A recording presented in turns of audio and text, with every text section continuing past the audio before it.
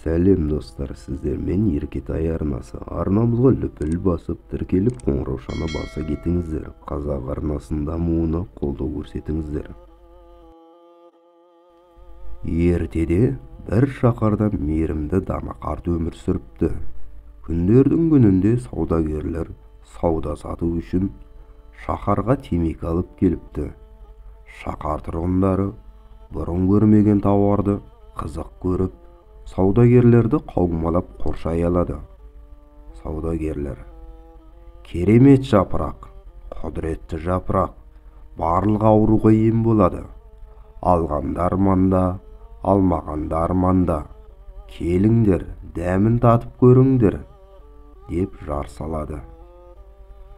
Осы шаһарда баяғыдан бері тұратын дана қарт адам басын айналдыратын осы бір өсімдікті жақтырмай қалады.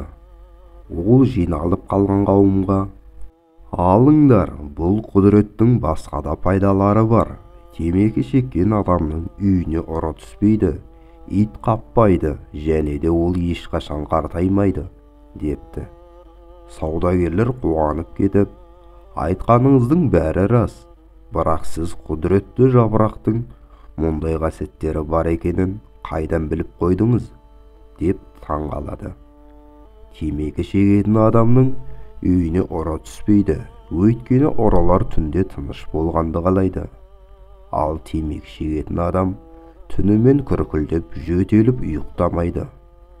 Көп ұзамай темекі адамның денсаулығын әлсіретеді де, адам тез қартайып, таяқпен жүруге мәжбүр болады.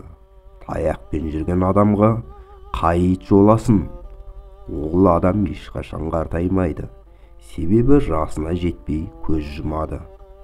Аңырайып қалған жұрт ойланып қалады.